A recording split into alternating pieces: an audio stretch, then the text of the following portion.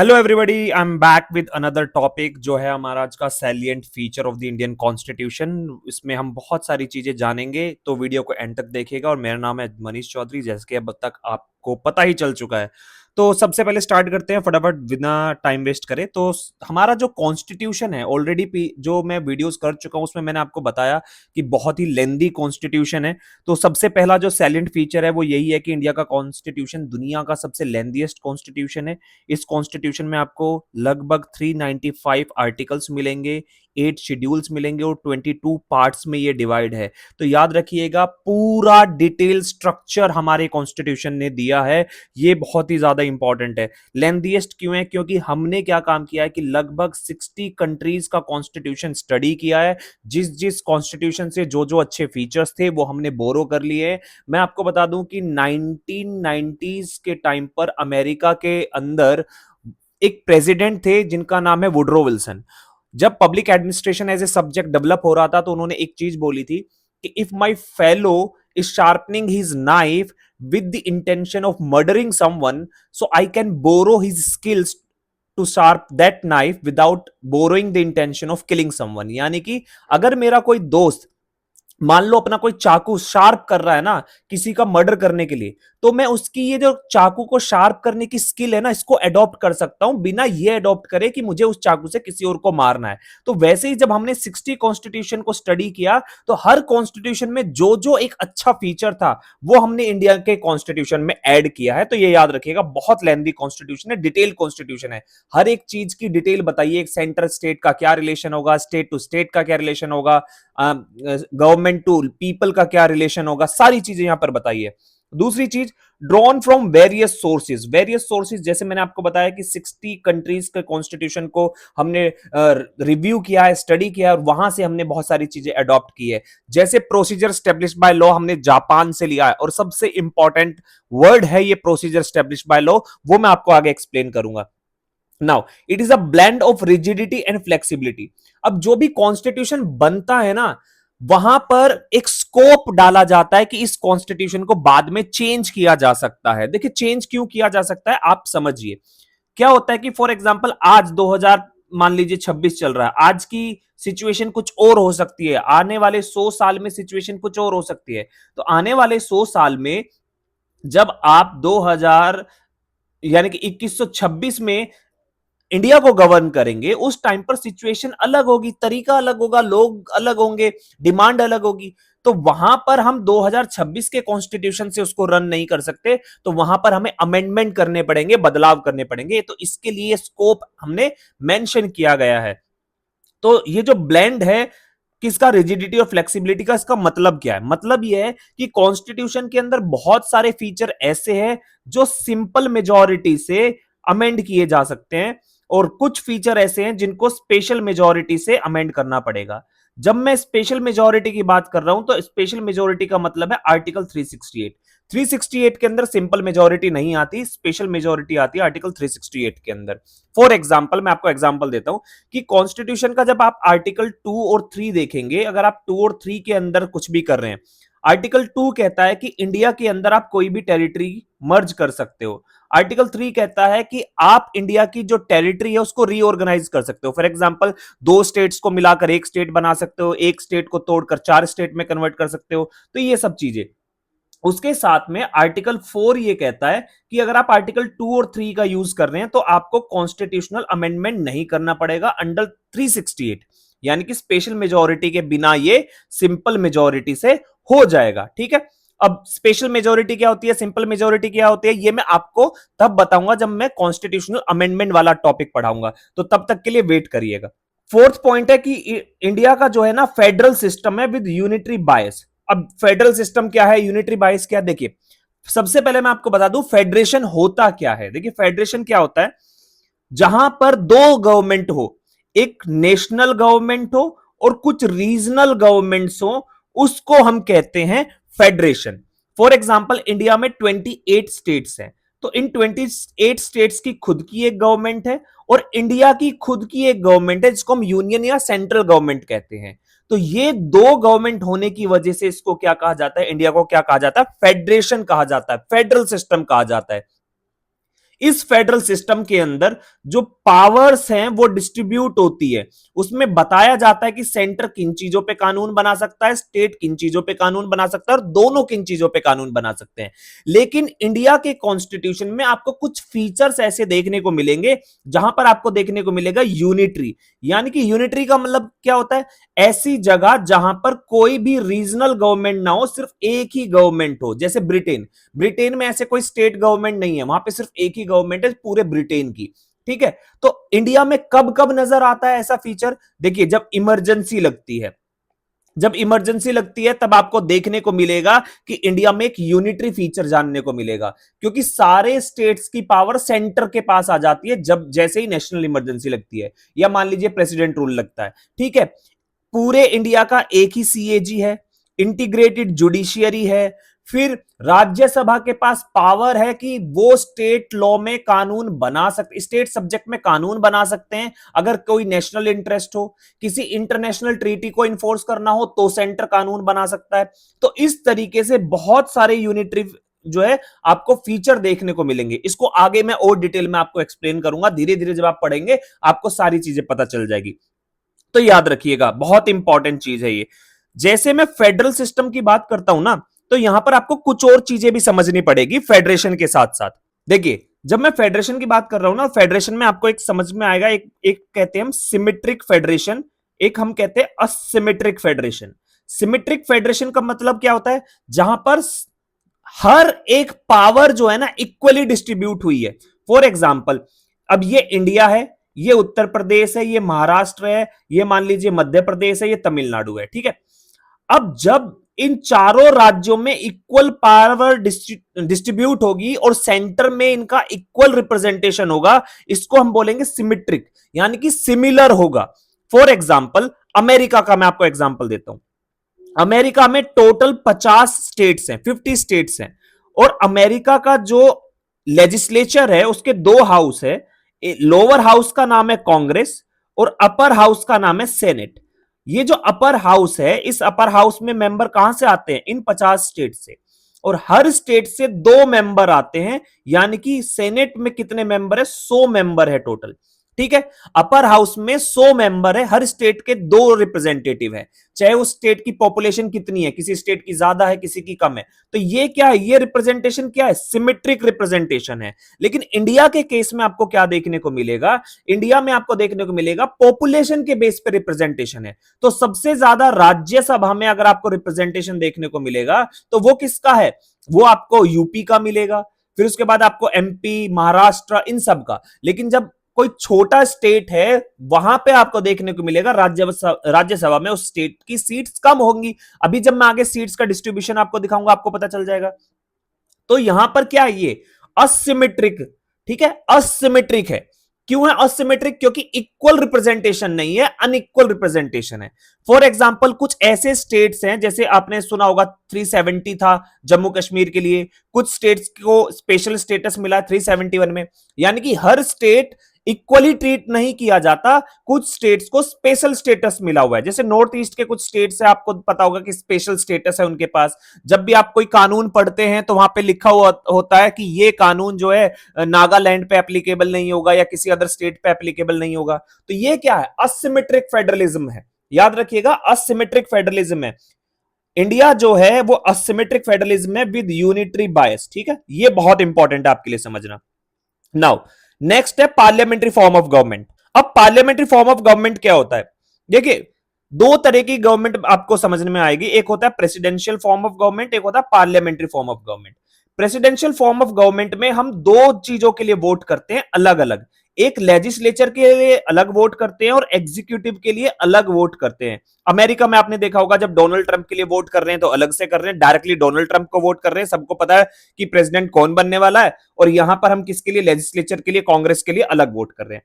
लेकिन parliamentary form of government में क्या होता है कि हम कभी भी प्राइम मिनिस्टर या प्रेसिडेंट या वाइस प्रेसिडेंट के लिए वोट नहीं करते।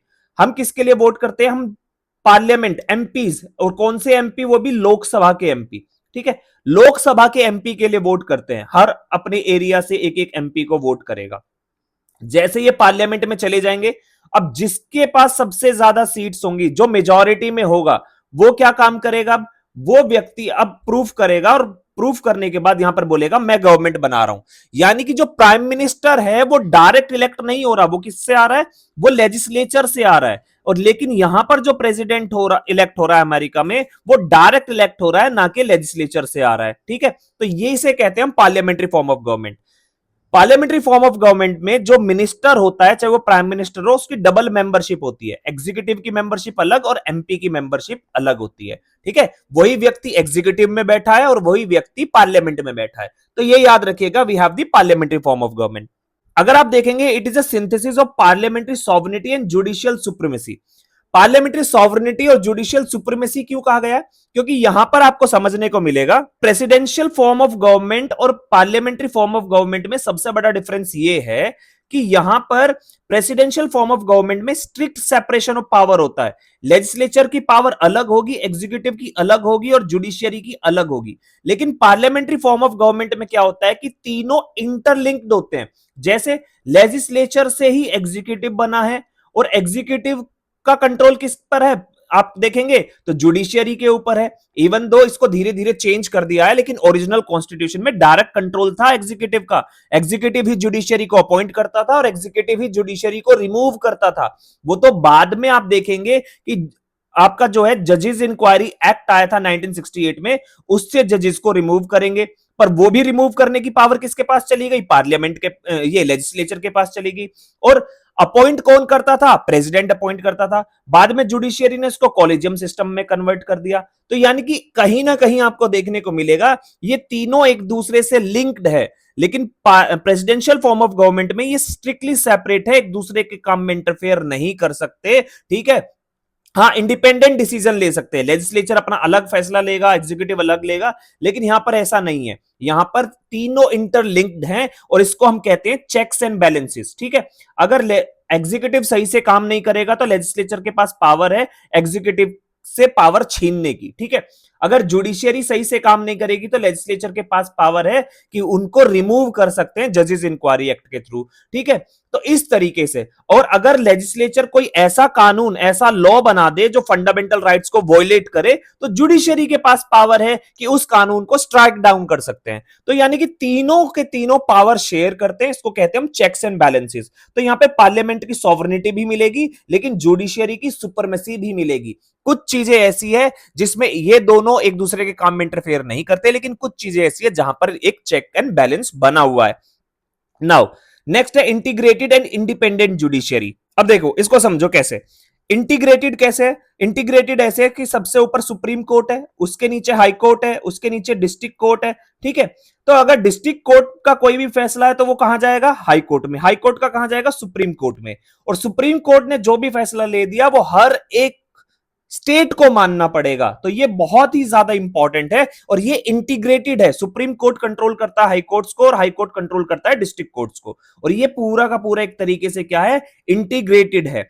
अब इंडिपेंडेंट कैसे है, इंडिपेंडेंट ऐसे है, मैंने आपको ऑलरेडी बताया। एक तो आप जब डीपीएसपी पढ़ेंगे तो आप डीपीएसपी में आर्टिकल 50 पढ़ेंगे। ठीक है, आर्टिकल 50 ये कहता है कि एग्जीक्यूटिव जो है वो जुडिशियरी में इंटरफेयर ना करे। ठीक है, एग्जीक्यूटिव जुडिशियरी में इंटरफेयर ना करे, पहली बात तो ये।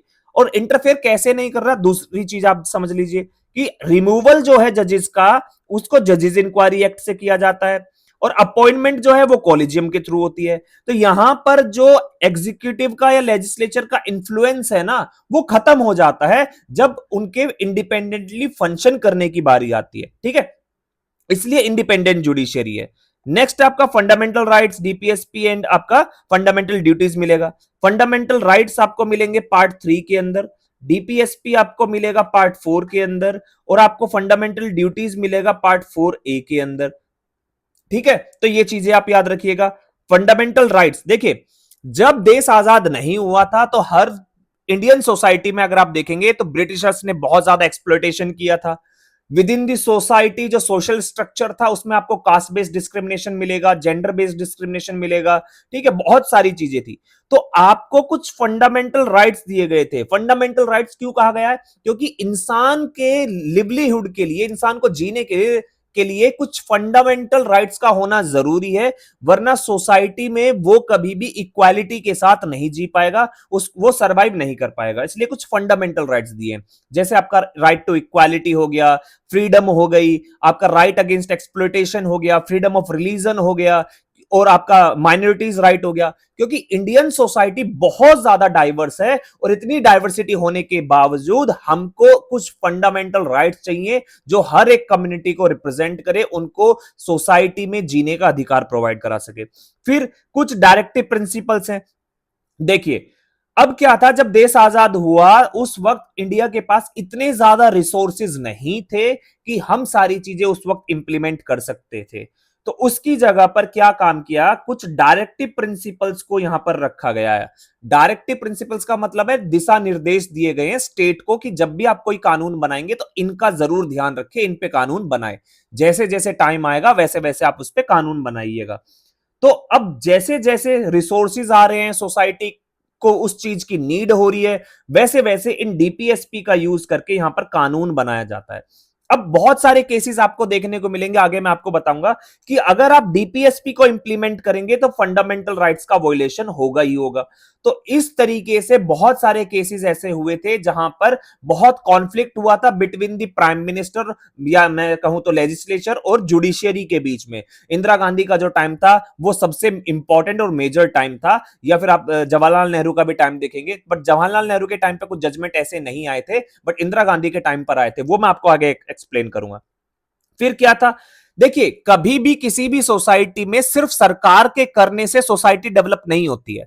मान लीजिए अभी प्रधानमंत्री मोदी ने बोला कि हमें स्वच्छ भारत अभियान अपनाना है, हमें क्या काम करना है, हमें अगर हम कचरा खत्म कर देंगे तो बीमारियां खत्म हो जाएगी, और बीमारियां खत्म हो जाएंगी बहुत सारी, तो आपका जो एक्सपेंडिचर, जो फालतू का खर्चा जाता है ट्रीटमेंट में, वो कम हो जाएगा। अब सरकार ने बोल दिया, ठीक है, सरकार ने पैसा भी लगाया है, सरकार जो है घर घर जाके कूड़ा लेने के लिए आपके लिए गाड़ियां भी आती है, लेकिन अब यहां पर बहुत सारे लोग ऐसे हैं जो आदत से मजबूर है, कुछ भी खाएंगे रोड पे फेंक देंगे, सड़कों पे फेंक देंगे। तो यहां पर वैसे ही देश में अगर आपको फंडामेंटल राइट्स दिए हैं और आपके लिए कुछ काम करने के लिए डायरेक्टिव प्रिंसिपल्स भी दिए हैं, तो आपकी ड्यूटी भी बनती है देश को प्रोटेक्ट करना। ऐसा नहीं है कि आप जा रहे हैं मॉन्यूमेंट्स पे जा रहे हैं तो राज लव अंजलि लिख के आ जा रहे हैं, उसको गोद के आ जा रहे हैं, ठीक है, तो वो हिस्टोरिकल मॉन्यूमेंट्स है उनको खराब कर रहे हैं। तो यहां पर आपकी कुछ ड्यूटीज भी बनती है।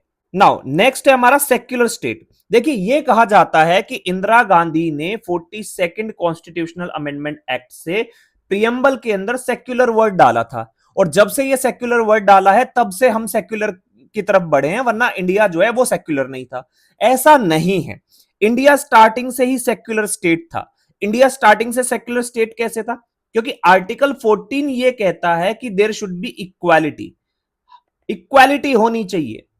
चलो ठीक है, हमने इक्वालिटी मान लिया, यानी कि धर्म के बेस पर या किसी भी बेस पर आप जो है किसी के साथ भी डिस्क्रिमिनेट नहीं कर सकते। आर्टिकल 50 कहता है prohibition of discrimination, discrimination based on religion, आप धर्म के नाम पर किसी का भी जो है डिस्क्रिमिनेट नहीं कर सकते।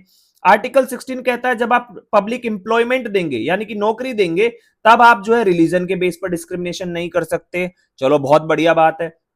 फिर आर्टिकल 25 से लेके आर्टिकल 28 आप देखेंगे, यहां पर देखेंगे फ्रीडम ऑफ रिलीजन। आर्टिकल 25 कहता है कि फ्रीडम ऑफ कॉन्साइन की बात करता है, हर एक व्यक्ति की खुद की एक कॉन्साइंस है, वहां पर वो व्यक्ति देख सकता है कि उसको कौन सा धर्म अच्छा लग रहा है या किस धर्म को प्रीच करना चाहता है, तो वो उसकी इच्छा है, उसकी आजादी है, वो किसी भी धर्म को अपना सकता है। यहां पर प्रैक्टिस एंड प्रोपोगेट की भी बात करता है कि आप कोई भी धर्म प्रैक्टिस कर सकते हैं, उसको प्रोपोगेट कर सकते हैं, यानी कि उसका प्रचार कर सकते हैं। ठीक है, ये सब कहां पर है, 25 से 28 में मेंशन था ऑलरेडी। ओके, नाउ और भी चीजें हैं, और भी चीजें अगर मैं आपको बताऊं कि सबसे पहले इस सेक्युलर वर्ड का मतलब अगर मैं आपको एक्सप्लेन करूं ना, तो वो समझो। सेक्युलर वर्ड जो है ना वो वेस्ट से ओरिजिन हुआ था, एक तरीके से वेस्ट से ओरिजिन हुआ था। क्यों ओरिजिन हुआ था, क्योंकि पहले क्या था कि जो चर्च था, जो चर्च था, मान लीजिए चर्च है, रिलीजन है, और यहां पर ये किंग है, ठीक है, ये किंग है। तो असलियत में अगर आप देखें, जो देश को चलाने का काम होता है, सरकार को चलाने का काम होता है, लोगों के लिए काम करने का के लिए जो अगर आगे आएगा वो सरकार आएगी। तो यहां पर जो भी किंग फैसले लेता था उसमें चर्च इन्वॉल्व करता था, चर्च डोमिनेट करता था, क्योंकि धर्म धीरे धीरे जैसे आगे बढ़ने लगा। बाद में इसको यहां पर कहा गया कि नहीं, ऐसा नहीं होगा, there should be a separation of church from state, यानी कि चर्च अलग होगा, धर्म अलग होगा और स्टेट अलग होगा। नहीं राजा धर्म के मामले में कोई इंटरफेरेंस करेगा और ना ही जो है धर्म राजा के काम में इंटरफेरेंस करेगा। यानी कि जो स्टेट है, जो जो जो वो कंट्री है, वो सेक्युलर होगी। वो सेक्युलर कैसे होगी? ना ही वो किसी एक रिलीजन को प्रमोट करेगी, ना उस स्टेट का खुद का कोई रिलीजन होगा। वो हर एक रिलीजन को क्या काम करेगी, वो एक एक जगह देगी उसको डेवलप होने के लिए, क्योंकि स्टेट का कोई काम नहीं होगा धर्म के अंदर।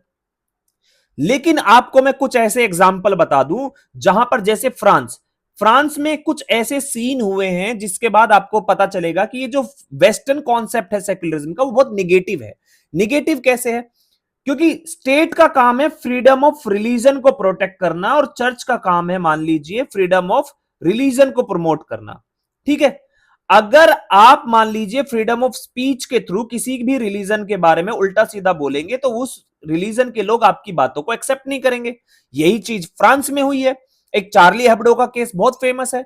लोगों ने जो प्रॉफेट मोहम्मद है, जो कुरान है, उसके बारे में उल्टा सीधा बोलना स्टार्ट कर दिया। उन लोगों को पसंद नहीं आया तो उन लोगों ने क्या काम कर दिया, लोगों की गर्दनें काटनी स्टार्ट कर दी।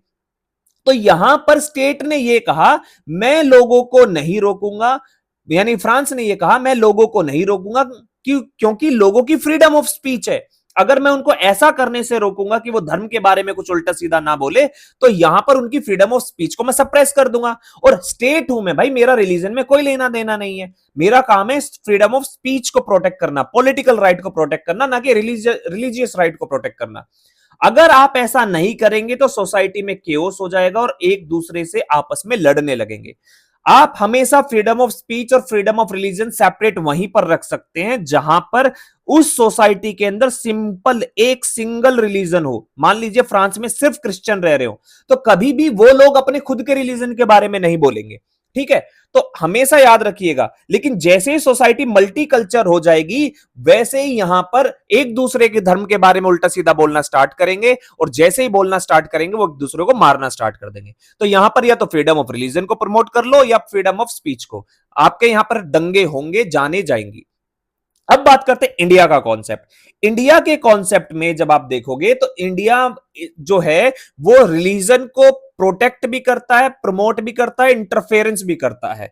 क्यों? क्योंकि यहां पर कहा गया है कि फ्रीडम ऑफ स्पीच से ज्यादा फ्रीडम ऑफ रिलीजन है। अगर आप इंडिया में किसी के भी धर्म के बारे में कुछ भी बोलेंगे तो यहां कहा जाएगा इंडिया में कि आपके पास फ्रीडम ऑफ स्पीच नहीं है, क्योंकि आप किसी का फ्रीडम ऑफ रिलीजन जो है वो वॉयलेट कर रहे हैं। चलो ठीक है, बहुत बढ़िया बात है। तो इसको कहा गया है पॉजिटिव सेक्युलरिज्म।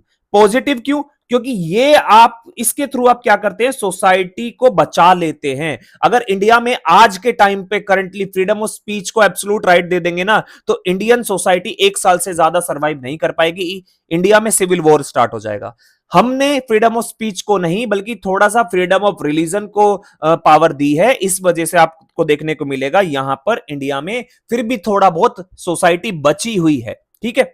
सेक्युलर स्टेट के बाद नेक्स्ट है यूनिवर्सल एडल्ट सफ्रेज। देखिए, जब ब्रिटिशर्स थे ना, तो ब्रिटिशर्स के टाइम पे हर किसी को वोटिंग राइट नहीं था। जो पढ़े लिखे थे, जो टैक्स पेयर्स थे, उन सब लोगों को वोट देने का अधिकार था। लेकिन जैसे ही जब हमारा कॉन्स्टिट्यूशन बना तो यहां पर यूनिवर्सल एडल्ट सफ्रेज का कॉन्सेप्ट आया, यानी कि इररेस्पेक्टिव ऑफ एनीथिंग, कोई भी व्यक्ति 21 साल से ऊपर जिसकी भी एज है, ठीक है, चाहे वो लड़का हो, लड़की हो, चाहे वो पढ़ा लिखा हो या अनपढ़ हो, या फिर कोई अमीर हो या गरीब हो, आप किसी भी धर्म से हो, किसी भी जाति से हो, हर किसी को वोट डालने का अधिकार है जो भी 21 साल से ऊपर है। लेकिन ये एज रिड्यूस कर दी थी 61st कॉन्स्टिट्यूशनल अमेंडमेंट एक्ट से, तो इसकी एज रिड्यूस करके 18 कर दी गई थी। तो याद रखिएगा, ठीक है, ये बहुत इंपॉर्टेंट है। Now single citizenship. अब सिंगल सिटीजनशिप का कॉन्सेप्ट क्या है? देखिए, इसको दो रेस्पेक्टिव में समझेंगे। अगर आप किसी दूसरी कंट्री के सिटीजन है और आप इंडिया की सिटीजनशिप इंडिया की सिटीजनशिप ले लेते हैं, तो बाय डिफॉल्ट आपकी जो है सिटीजनशिप वो वाली चली जाएगी। ठीक है? दूसरी चीज इस ऐसे समझ लीजिए, इंडिया का अगर कोई सिटीजन है, वो जाके मान लीजिए कनाडा में या फिर किसी और कंट्री में सिटीजनशिप ले लेगा, तो इंडिया की सिटीजनशिप ऑटोमेटिक चली जाएगी। ये तो हो गया इंटरनेशनल रेस्पेक्टिव में। अब बात करते हैं इंडिया के रेस्पेक्टिव में। अब मान लीजिए सेंटर की जो मान लीजिए एक स्टेट है उत्तर प्रदेश, उत्तर प्रदेश में कोई रहने वाला है ना, तो वो उसको same right, same power enjoy करने को मिलेगी पूरे के पूरे इंडिया में। ठीक है, तो सिटीजन जो सिटीजनशिप होती है वो पूरे इंडिया की सिटीजनशिप होती है। ऐसा नहीं है कि यूपी की अलग होगी, हरियाणा की अलग होगी, एमपी की अलग होगी, ऐसा नहीं है। और ना ही लॉज चेंज होते हैं, बहुत सारे मोस्टली लॉज जो हैं वो इंडिया में कॉमन है। कुछ लॉज जो हैं, खासकर कुछ कॉमर्शियल लॉज वगैरह, इन सब को लेकर स्टेट्स में थोड़े थोड़े आपको डिफर मिल जाएंगे, बाकी मोस्टली लॉज सिमिलर है। तो याद रखिएगा, सिंगल सिटीजनशिप का कॉन्सेप्ट है। नेक्स्ट है हमारा इंडिपेंडेंट बॉडीज। जो इंडिपेंडेंट बॉडीज हैं, इंडिपेंडेंट बॉडीज जैसे सीएजी, ठीक है, सीएजी का काम क्या है, जो भी सरकारी पैसा आता है उसका जो खर्चा होता है, चाहे वो स्कीम्स में हो, किसी भी चीज में, उसका ऑडिट करना, उसका हिसाब किताब रखना। तभी तो पता चलेगा कि कोई स्कैम हुआ है या नहीं हुआ, जो पैसा खर्च किया है एक्चुअली वो सही काम के लिए किया है या गलत काम के लिए। तो ये एक इंडिपेंडेंट बॉडी है। हमारा यूपीएससी हो गया, इलेक्शन कमीशन हो गया, बहुत सारी ऐसी इंडिपेंडेंट बॉडीज है जो आपको देखने को मिलेगी कि इंडिया में बहुत इंपॉर्टेंट रोल प्ले करती है इंडिया की गवर्नेंस में। फिर इमरजेंसी प्रोविजंस आपको देखने को मिलेंगे, जैसे आर्टिकल 352 जो है, ये आपका नेशनल इमरजेंसी है। देन आपका 356 है, ये आपका प्रेसिडेंट रूल है। देन आपका 360 है, ये फाइनेंशियल इमरजेंसी है। तो आपको इस तरीके से इमरजेंसी प्रोविजंस देखने को मिलेंगे। इमरजेंसी प्रोविजंस हम जो है इमरजेंसी वाला जो चैप्टर है वहां पे डिटेल में डिस्कस करेंगे। नेक्स्ट है आपका 3 टियर गवर्नमेंट। देखिए, मैंने भी आपको बताया कि फेडरेशन क्या है, फेडरेशन क्या है, फेडरल गवर्नमेंट क्या है, जहां पर एक नेशनल गवर्नमेंट हो और उसके अंदर रीजनल गवर्नमेंट हो। तो यहां पर जहां पर आपको दो गवर्नमेंट देखने को मिलेगी उसको बोलेंगे फेडरेशन, और उसमें पावर का डिस्ट्रीब्यूशन होता है कि सेंटर में क्या पावर रहेगी और स्टेट्स में क्या पावर रहेगी। फिर स्टेट्स में भी आपको गवर्नमेंट देखने को मिलेगी एक और, कौन सी, पंचायत और म्युनिसिपैलिटी। ठीक है, तो ये हो गया आपका फर्स्ट ईयर, ये हो गया आपका, यानी कि national government, central union government जो है वो आपकी फर्स्ट ईयर, सेकंड ईयर आपकी स्टेट गवर्नमेंट, और स्टेट गवर्नमेंट के अंदर जो पंचायत और म्युनिसिपैलिटीज है वो आपका थर्ड ईयर हो गया। तो इसको हम क्या बोलते हैं, इस 3 टियर सिस्टम को क्या कहते हैं, फेडरेशन विद इन फेडरेशन। ठीक है, तो याद रखिएगा, फेडरेशन विद इन फेडरेशन। क्यों? क्योंकि स्टेट के टर्म में तो वो खुद में एक फेडरेशन है, क्योंकि यहां पर पंचायत और म्युनिसिपैलिटीज में भी पावर डिस्ट्रीब्यूट है, वहां पर भी सब्जेक्ट लिस्ट डिस्ट्रीब्यूट है कि वो किस पर कानून बना सकते हैं और स्टेट किस में बनाएगा। वैसे स्टेट और जो है यूनियन में डिवाइड है। तो फेडरेशन विद इन फेडरेशन का कॉन्सेप्ट क्या है, 3 टियर गवर्नमेंट। नाउ, अब क्या था कि जैसे मैंने आपको बताया कि कॉन्स्टिट्यूशन में बदलाव करने की हमें जरूरत पड़ती है, तो इंदिरा गांधी ने 42nd कॉन्स्टिट्यूशन अमेंडमेंट किया था जब इमरजेंसी लगी थी। ठीक है, जब इमरजेंसी लगी थी तब ये अमेंडमेंट किया था, और इसको कहा जाता है मिनी कॉन्स्टिट्यूशन, क्योंकि ये इतना बड़ा अमेंडमेंट था कि लगभग पूरा ही संविधान बदल दिया था। और ऐसा कहा जाता है कि इंदिरा गांधी अगर रहती वहां पर, अगर उनके पास पावर बची रहती, तो एक टाइम ऐसा आता, और अगर ये वाला जो जजमेंट आया था केशव नंद भारती केस का, जो जजमेंट आया था बेसिक स्ट्रक्चर डॉक्ट्राइन का, उस वक्त ये जजमेंट नहीं आता, तो वो यहां पर इस पार्लियामेंट्री फॉर्म को कन्वर्ट करके एक सिंगल फॉर्म ले आती, प्रेसिडेंशियल फॉर्म ऑफ गवर्नमेंट, और खुद को प्रेसिडेंट बना देती, और ये जो फेडरेशन है, जो स्टेट्स हैं, उन सबको खत्म करके एक यूनिटरी फीचर क्रिएट कर देती। ठीक है, तो ऐसा कहा जाता है, जो मैंने सुना है। ठीक है, सुना क्या, मैंने बहुत सारी जगह आर्टिकल्स पढ़े हैं, वो सब चीजें। नाउ, आप देखेंगे कि जैसे मैंने यहां पर आपको बताया था, ये वाली जो चीज थी कि इंडिया में जो फेडरल सिस्टम है विद यूनिटरी बायस, इसको दूसरे टर्म में अगर आप समझिए तो इसको कहा जाता है quasi federal.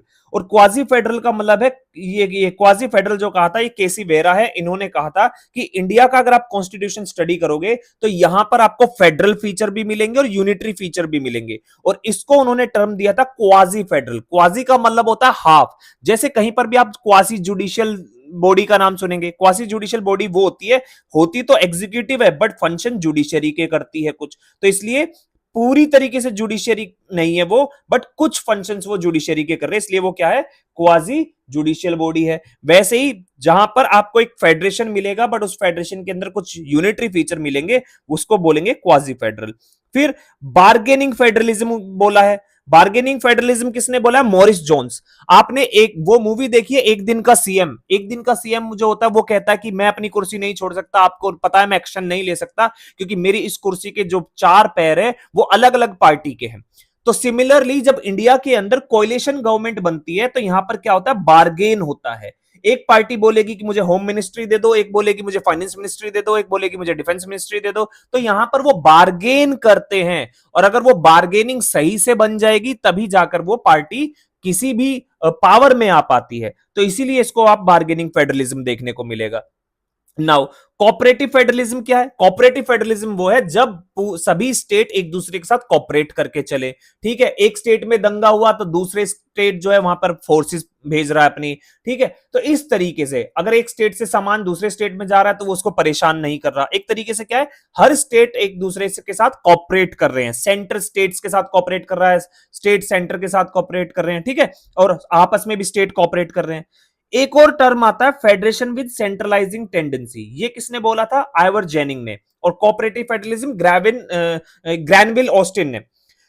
Federation with centralising tendency का मतलब क्या होता है? इसका मतलब यह है कि इंडिया फेडरेशन तो है, लेकिन ज्यादातर आपको कुछ पावर ऐसी देखने को मिलेगी जो सेंटर के पास है। फॉर एग्जाम्पल इमरजेंसी, आप आर्टिकल 352 का यूज करें या 356 का यूज करें, तो पावर किसके पास शिफ्ट हो जाती है? सेंटर के पास। जीएसटी काउंसिल में जो पावर है वो ज्यादातर किसके पास है? सेंटर के पास डिसाइड करने की। ठीक है, बहुत सारी चीजों पे जो इंटरनेशनल लेवल पे अगर लोन लेना है वो स्टेट नहीं ले सकते, तो वो कौन ले सकता है? सेंटर ले सकता है, तो सेंटर के पास पावर है। कुछ चीजें ऐसी है जहां पर पार्लियामेंट के पास पावर है स्टेट सब्जेक्ट लिस्ट में कानून बनाना। अगर कोई भी इंटरनेशनल ट्रीटी को इन्फोर्स करना है तो स्टेट लिस्ट में कानून, स्टेट सब्जेक्ट में कानून बना सकता है पार्लियामेंट। अगर कोई भी नेशनल इंपॉर्टेंस, नेशनल इंटरेस्ट पे लॉ बनाना है तो राज्यसभा रिकमेंड कर सकता है स्टेट लिस्ट में कानून बनाने के लिए। तो इस तरीके से बहुत सारी पावर आपको देखने को मिलेगी जहां पर फेडरेशन है बट सेंट्रलाइजिंग टेंडेंसी आपको देखने को मिलेगी, जहां पर सेंटर का रोल बहुत ज्यादा है। अभी रिसेंटली आपने इलेक्शन कमीशन का रोल सुना है कि हर स्टेट ब्लेम करता है कि इलेक्शन कमीशन काम कर रहा है सेंटर के डायरेक्शंस पे। ठीक है, आपने देखा होगा सीएजी, सीएजी में जो अपॉइंटमेंट होती है वो डायरेक्टली किसके थ्रू होती है? वो सेंट्रल गवर्नमेंट के थ्रू होती है। तो बहुत सारी चीजें आपको ऐसी देखने को मिलेगी। एक टर्म है इसके अंदर, कॉन्स्टिट्यूशन के अंदर, प्रोसीजर स्टेब्लिश्ड बाय लॉ। देखिए इसको समझो, कानून हमारा जो आर्टिकल 21 है ना, आर्टिकल 21 ये कहता है कि that every person have right to life and liberty. ठीक है, राइट टू लाइफ और लिबर्टी, जीने का अधिकार है उसके पास, उसकी लिबर्टी है। लेकिन ये लाइफ और लिबर्टी तब तक नहीं छीनी जा सकती जब तक कोई प्रोसीजर स्टेब्लिश बाय लॉ ना हो, कानून के द्वारा कोई पर्टिकुलर प्रोसीजर मेंशन ना किया गया हो। फॉर एग्जाम्पल, अगर मैं हूं तो मुझे जीने का अधिकार है, मेरे से कोई मेरा जीने का अधिकार नहीं छीन सकता अनटिल अनलेस कानून ना हो। अब एक कानून है कि अगर मैंने किसी का मर्डर किया तो मेरे को डेथ पेनल्टी मिल सकती है। तो ये कानून है ना, पार्लियामेंट ने कानून बनाया हुआ है ना, तो इस कानून के जरिए मेरी ये राइट टू लाइफ छीनी जा सकती है। आया समझ? तो इसी को हम कहते हैं प्रोसीजर स्टेब्लिश बाय लॉ। अगर किसी चीज के लिए कानून में लिखा है तो ही आप करेंगे, नहीं लिखा तो आप नहीं कर सकते। मान लीजिए यहां पर एक रेड लाइट है, ऐसा कोई कानून ही नहीं है कि आप रेड लाइट जंप करेंगे तो आपको 1 साल की जेल हो जाएगी, ऐसा कोई कानून ही नहीं है। मान लीजिए आपने जंप कर दिया तो पुलिस वाले या कोर्ट आपको सजा नहीं दे सकता 1 साल की। लेकिन अगर पार्लियामेंट ने ऐसा कोई कानून बना दिया कि आपने रेड लाइट अगर जंप करी तो आपको 1 साल की सजा होगी, तो अब कानून बन गया है, प्रोसीजर बन गया है, स्टेब्लिश हो गया है लॉ के द्वारा, अब आपको सजा मिल सकती है। ठीक है, लेकिन कुछ टाइम बाद क्या हुआ कि एक नए वर्ड का इनोवेशन हुआ जिसको हम कहते हैं due process of law. Basically जो प्रोसीजर स्टेब्लिश बाय लॉ है वो जापान से अडॉप्ट किया गया है, लेकिन ड्यू प्रोसेस ऑफ लॉ है जो है वो यूएसए से अडॉप्ट किया है। ठीक है, ड्यू प्रोसेस ऑफ लॉ मैं आपको बताऊं तो इसका सबसे बड़ा रोल है पीआईएल में, पब्लिक इंटरेस्ट लिटिगेशन में। What is due process of law? Due का मतलब क्या होता है? कोई भी चीज रह जाती है, यानी कि अगर आपने ये कानून बनाया है और कानून बनाते समय कुछ चीज अगर रह गई है ना तो हम उसको भी कंसीडर करेंगे। क्यों? क्योंकि ड्यू प्रोसेस ऑफ लॉ जो है वो fair, just and not arbitrary application of law है।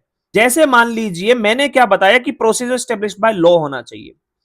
मैंने ये बोल दिया कि अगर कोई भी व्यक्ति किसी को भी गोली मारेगा और उस गोली मारने से उसकी डेथ हो जाएगी तो गोली मारने वाले को डेथ पेनल्टी मिलेगी। तो ये क्या हो गया? ये प्रोसीजर स्टेब्लिश बाय लॉ हो गया, एक प्रोसीजर है। लेकिन यहां पर मैंने एक चीज नहीं बताई, मैंने ये नहीं बताया कि अगर ये गोली मैंने सेल्फ डिफेंस में चलाई है तो। ऐसा कोई कानून नहीं है जो ये बता रहा है कि मैंने अगर सेल्फ डिफेंस में गोली चलाई है। वो सिर्फ ये कह रहा है कि अगर आपने गोली चलाई और सामने वाला मर गया तो आपको डेथ पेनल्टी होगी। लेकिन अगर सपोज सामने वाला मेरे को मारने वाला था और उसको अपने आप को बचाने के लिए अगर मैंने गोली मार दी सेल्फ डिफेंस में और वो तब मर गया, क्या मुझे तब भी सजा मिलेगी? तो यहां पर ड्यू प्रोसेस में ये चेक करेंगे कि यहां पर इसकी इंटेंशन क्या थी, क्या था वो एक्चुअली। जो कानून, जो प्रोसीजर स्टेब्लिश बाय लॉ नहीं बता पाया, वो ड्यू प्रोसेस ऑफ लॉ के थ्रू पता लगाएंगे, क्योंकि हमारा मेन काम क्या है? Fair, just and not arbitrary application of law. Arbitrarily हम लॉ को अप्लाई नहीं कर सकते हैं, ठीक है। और जैसे ही ये अडॉप्ट किया वैसे ही इंडिया में बहुत सारी चीजें बदल गई, वो आगे आपको धीरे धीरे पता चलेगा कि कैसे बदली है, ठीक है।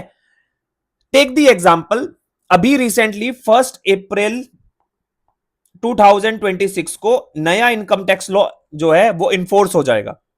और जैसे ये नया इनकम टैक्स लॉ इन्फोर्स होगा, सबसे पहला इसका राइट टू प्राइवेसी की ब्रीच को लेकर इसमें चैलेंज किया जाएगा कोर्ट में, क्योंकि इसके अंदर एक वर्ड आया है वर्चुअल प्लेस, ठीक है। वर्चुअल प्लेस का मतलब क्या है कि अब गवर्नमेंट जो चाहेगी आपका जो है फेसबुक है, व्हाट्सएप है, इंस्टा है, कोई भी मैसेज पढ़ सकती है जी, आपकी ईमेल आईडी के मैसेज पढ़ सकती है, कुछ भी, बट आपके प्राइवेट चीजें भी हो सकती है वहां पर, उसको भी वो देख सकते हैं, इसलिए वो आपकी प्राइवेसी ब्रीच कर सकता है।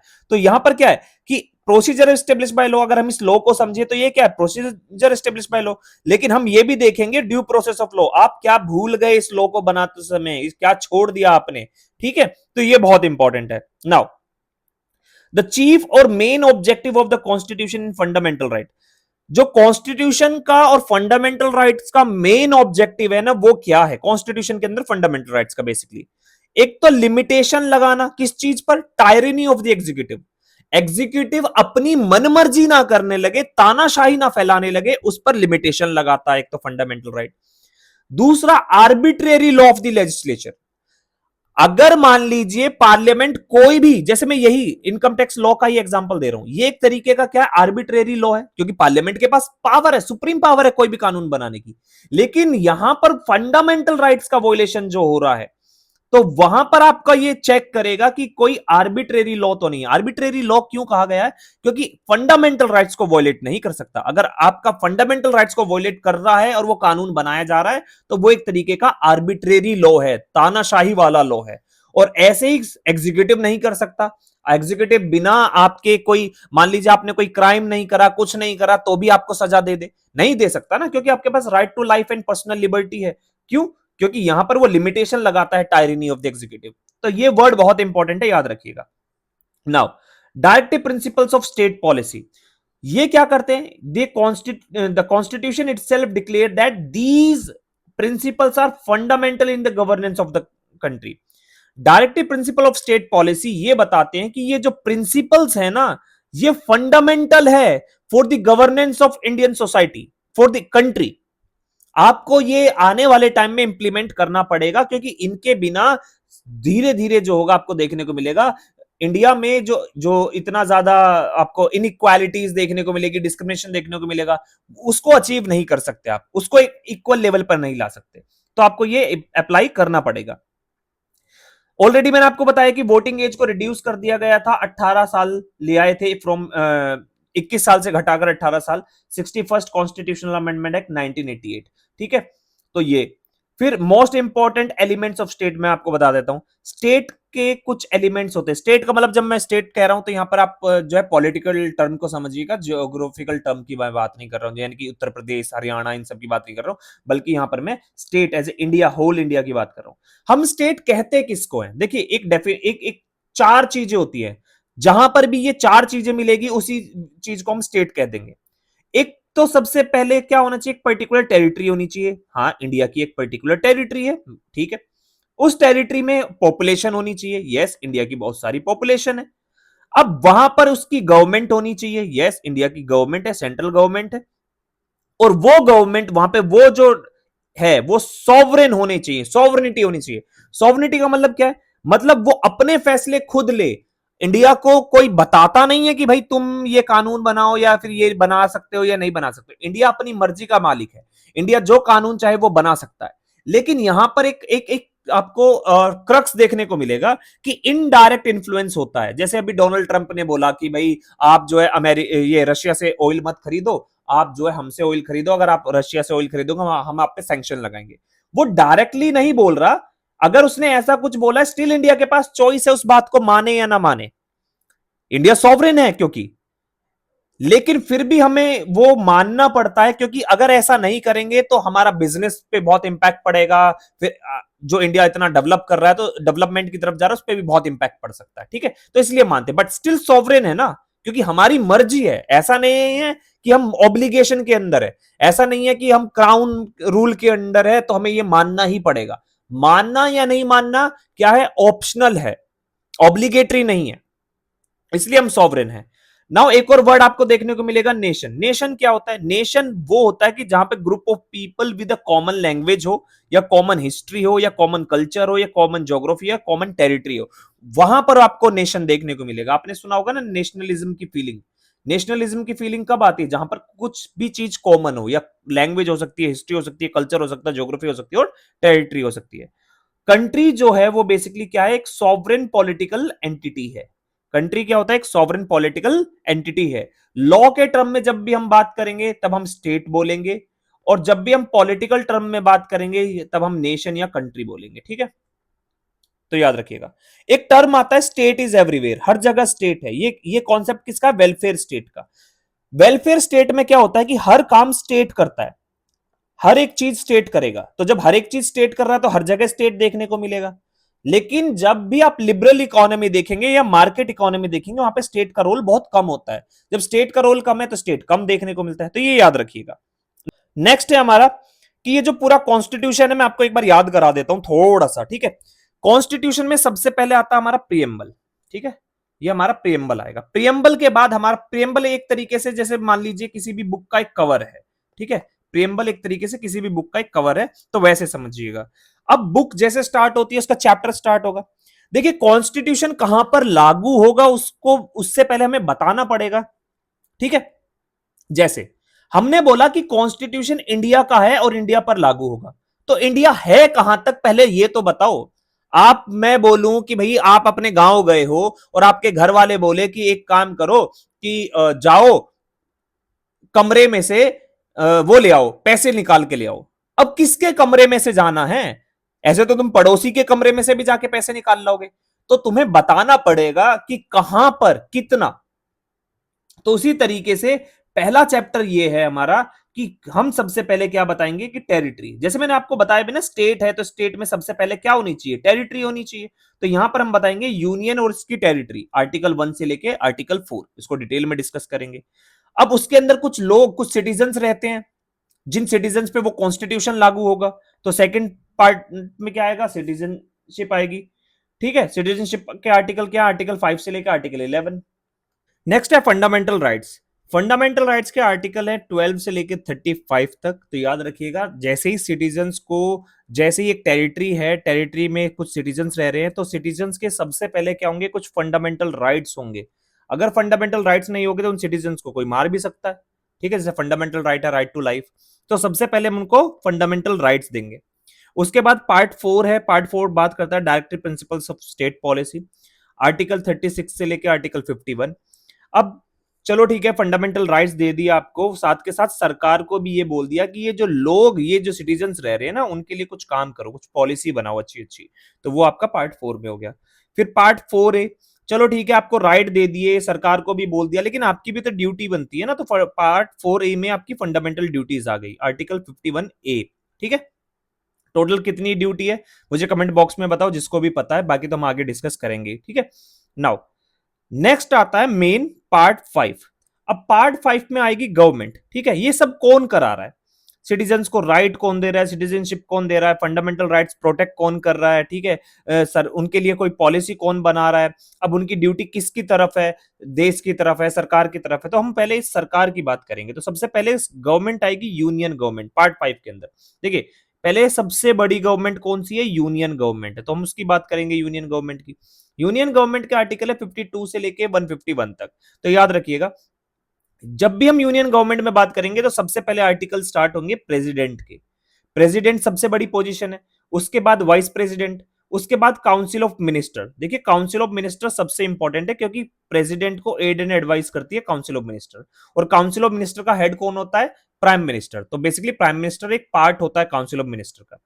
उसके बाद देखिए किसी भी व्यक्ति को सबसे पहले एक वकील चाहिए होता है, तो attorney general, okay, attorney general होगा। अब ये जो सरकार है, ये जो काउंसिल ऑफ मिनिस्टर, ये कानून बनाएंगे, कहां बनाएंगे? पार्लियामेंट में। अब जब ये कानून बनाएंगे तो इन्होंने कोई अगर कोई ऐसा कानून बना दिया जो फंडामेंटल राइट्स को वोलेट करेगा, तो उसके लिए सुप्रीम कोर्ट होगा, ठीक है, सुप्रीम कोर्ट बैठा हुआ है। और जो भी पैसा सरकार खर्च कर रही है उसका रिकॉर्ड कौन रख रहा है? सीएजी। अगर आप इसको इस क्रोनोलॉजी ऑर्डर में याद रख लेंगे तो आपको पता चल जाएगा आर्टिकल 52 से 151 कहां तक है। 151 किसके? सीएजी के। 52 किसके? प्रेसिडेंट के। तो इस तरीके से स्टेट गवर्नमेंट, सेंट्रल गवर्नमेंट के बाद कौन सी गवर्नमेंट आएगी? State government. यूनियन से छोटी गवर्नमेंट है, ठीक है, स्टेट गवर्नमेंट। स्टेट गवर्नमेंट सबसे बड़ा कौन होता है? गवर्नर।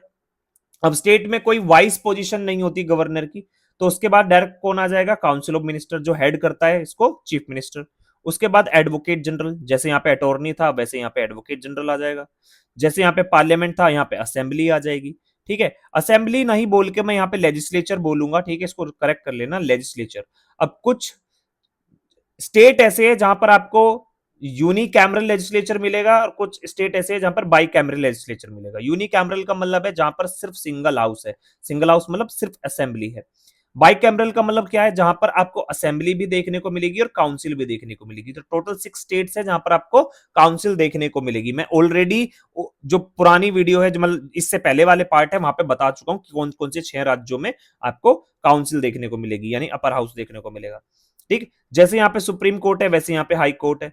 अब हाई कोर्ट के बाद सबऑर्डिनेट कोर्ट भी होता है, तो ये याद रखिएगा, फिर सबऑर्डिनेट कोर्ट है। आर्टिकल है 152 से लेके 237। फिर आता है आपका पार्ट 8। पार्ट 7 यहां पर नहीं है क्योंकि ओरिजिनल कॉन्स्टिट्यूशन में जो पार्ट 7 था वो एबीसीडी कैटेगरी में था। वो अभी आगे मैं आपको बता दूंगा, ठीक है। एबीसीडी कैटेगरी में था, वो उसको डिलीट कर दिया था। और डिलीट करने के बाद यहां से कब? 1956 में। 1956 में वो हट गया था, ठीक है। तो याद रखिएगा 7। इसको ऐसे भी याद रख लेना कि संडे, मंडे, ट्यूसडे, वेनेसडे, ऐसे करते करते, तो मंडे से स्टार्ट करना। मंडे के बाद 7वां दिन कौन सा था? संडे। संडे का दिन छुट्टी, तो यहां पर 7वीं जो पार्ट 7 है उसकी छुट्टी हो गई। फिर आता है आपका, अगर मैं बात करूं स्टेट गवर्नमेंट की बात, उससे छोटी गवर्नमेंट किसकी होती है? Union territory. तो 239 से लेकर 242। अब उसके बाद जैसे मैंने बताया था federal with federation with in federation, तो फेडरेशन विद इन फेडरेशन में क्या आ जाएगा? फिर पंचायत। पंचायत आ जाएंगे। 73rd कॉन्स्टिट्यूशनल अमेंडमेंट एक्ट 1992 से आया है, ठीक है। आर्टिकल 243 से लेके 243 ओ तक है। उसके बाद म्युनिसिपैलिटी है 9A में। ये 74th कॉन्स्टिट्यूशनल अमेंडमेंट एक्ट 1992 से आया था। तो 243 पी से लेके 243 जी तक जो है इसके आर्टिकल है। अब कैसे याद करें कि पहले पंचायत आएगा म्युनिसिपैलिटी? देखिए पंचायत रूरल एरिया के लिए होता है और सबसे ज्यादा पॉपुलेशन रूरल एरिया में है, तो इसको याद रखना कि पहले पंचायत आएगा। उसके बाद 9B में कोऑपरेटिव सोसाइटीज है। 97th कॉन्स्टिट्यूशनल अमेंडमेंट एक्ट 2011 में आया था। आर्टिकल है 243ZH से लेके 243ZT तक, ठीक है। उसके बाद शेड्यूल एरिया, शेड्यूल ट्राइब्स है 244 से लेके 244A। Okay, now relations between union and state, और यूनियन स्टेट के कौन से रिलेशन? लेजिस्लेटिव और एडमिनिस्ट्रेटिव रिलेशन। आर्टिकल 245 से 263। फिर आपका है finance, property, contracts and suits. ये basically financial relations, borrowing and right to property वगैरह की बात करता है। इसके आर्टिकल है 264 से लेके 300A तक, ठीक है, पार्ट 12 के अंदर। पार्ट 13 में trade, commerce, intercourse with in the territory of India, ठीक है। तो ये याद रखिएगा 301 से लेके 307 तक है। फिर आपका है पार्ट 14। पार्ट 14 में सर्विसेज आ जाएगी, service under union and states. State public service commission हो गया, यूनियन पब्लिक सर्विस कमीशन हो गया, ये सब कहाँ जाएंगे? इसके अंदर 308 से लेके 323 आर्टिकल। इसको ना एक स्टोरी की तरह याद रख लेना, ये स्टोरी बहुत इंपॉर्टेंट है। जैसे एक स्टोरी है कि सबसे बड़ी सर्विस कौन सी होती है? सबसे बड़ी सर्विस आईएएस होती है। आईएएस को कौन करता है? यूपीएससी वगैरह रिक्रूट करती है, तो वो पार्ट 14 के अंदर आ जाएगा, ठीक है। 14 के बाद क्या होता है कि अगर आपका सर्विस रिक्रूटमेंट में कोई भी प्रॉब्लम आती है तो उसके लिए ट्राइब्यूनल है। कौन सा ट्राइब्यूनल है? कैट है, ठीक है, सेंट्रल एडमिनिस्ट्रेटिव ट्राइब्यूनल। तो याद रखिएगा ट्राइब्यूनल्स को ऐड किया गया था 42nd कॉन्स्टिट्यूशनल अमेंडमेंट एक्ट से। आर्टिकल है 323A से 323B। तो कैट आता है, इस यहीं पर आपको कैट मिल जाएगा। तो कैट का काम होता है कि यही जो भी जब भी कोई एडमिनिस्ट्रेटिव रिक्रूटमेंट होती है, खासकर आईएएस वगैरह की, अगर कोई प्रॉब्लम है तो आप यहाँ पे केस कर सकते हैं। तो सबसे बड़ा आईएएस की है, फिर उसके बाद केस कर दिया। और सबसे बड़ी पोजीशन अगर मैं बात करूं आज के टाइम में अगर कुछ है तो इलेक्शन कमीशन की है। तो उसके बाद 15 पे आ गया इलेक्शन कमीशन। अब इलेक्शन कमीशन क्या काम करेगा? इलेक्शन कराएगा। आर्टिकल 324 से लेके 329A तक मेंशन है, ठीक है। इलेक्शन कराएगा। अब एक व्यक्ति खड़ा हुआ इलेक्शन में, अब उसने क्या काम करा? जाति के नाम पे वोट मांग लिया। यानी पार्ट 16 के अंदर क्या आ गया? Special provision related to certain class, OBC है, एससी है, एसटी है, ठीक है, एंग्लो इंडियंस है। और इसी के अंदर national commission for SC, national commission for ST और national commission for backward class आ जाएगा, आर्टिकल 330 से लेकर 342 तक, ठीक है। तो किसी ने इलेक्शन लड़ा, जाति के नाम पे वोट मांग लिया, फिर भाषा के नाम पे वोट मांग लिया। साउथ इंडिया में आपने देखा ना, काफी लैंग्वेज के नाम पे बहुत चलता है, महाराष्ट्र में लैंग्वेज के बेस पे बहुत चलता है। तो पार्ट 17 में लैंग्वेज आ गया 343 से 351, ठीक है। तो लैंग्वेज के नाम पे वोट मांग लिया और कास्ट के नाम पे मांग लिया। तो इलेक्शन कमीशन ने क्या काम करा? बोल दिया कि भैया नहीं नहीं नहीं, इसका इलेक्शन खारिज करो। इलेक्शन खारिज करते उसने क्या काम करा? पार्ट 18 का यूज करा, इमरजेंसी लगा दी। तो इमरजेंसी प्रोविजन 352 से 360। इमरजेंसी लगाने के बाद वो कुछ कुछ करेंगे देश में, तो मिसलेनियस काम करेंगे, लोगों को पकड़ेंगे, ये सब सपोज मान लीजिए। तो 19 में मिसलेनियस हो गया 361 से 367। अब जब कुछ कुछ कर रहे हैं तो उन्होंने सबसे बड़ी चीज क्या करी? 42nd कॉन्स्टिट्यूशनल अमेंडमेंट, यानी कि पूरा का पूरा कॉन्स्टिट्यूशन बदल दिया। तो amendment of the constitution article 368 आ गया। फिर कुछ टेम्परेरी एंड ट्रांजिशनल प्रोविजन है, एंड देन शॉर्ट टाइटल्स वगैरह है। तो इस तरीके से आपको ये पूरा का पूरा पार्ट, ये पूरे 22 आर्टिकल्स याद कर सकते हैं। ऑलरेडी मैंने आपको बताया कि पार्ट 7 से रिपील कर दिया, पार्ट 7 रिपील कर दिया था 77th कॉन्स्टिट्यूशनल अमेंडमेंट एक्ट 1956 से। अब मैं बात करता हूं शेड्यूल्स की। ओरिजिनली 8 शेड्यूल्स थे, लेकिन आज के टाइम पे 12 शेड्यूल्स हैं। तो उनकी मैं आपको बता देता हूं। अगेन सबसे पहले हम किस चीज की बात करेंगे? स्टेट और यूटी की बात करेंगे। फॉर एग्जाम्पल, अगर आप किसी जॉब के लिए जा रहे हैं तो सबसे पहले क्या करेंगे? कोई कंपनी देखेंगे, तो वैसे ही यहाँ पे स्टेट एंड यूटी की बात होगी।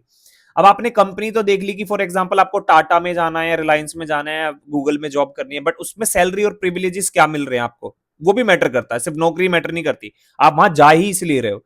तो सेकंड पे आ गया आपका इमोल्यूमेंट्स, अलाउंसेस एंड प्रिविलेजेस, ठीक है, ये याद रखेगा। लेकिन इसमें सबसे बड़ा इशू आता है कि इसको याद कैसे रखें। देखिए, याद रखने का सबसे सिंपल तरीका यह है कि 3 ऑर्गन को याद रखिएगा, लेजिस्लेचर, जुडिशियरी एंड एग्जीक्यूटिव, ठीक है।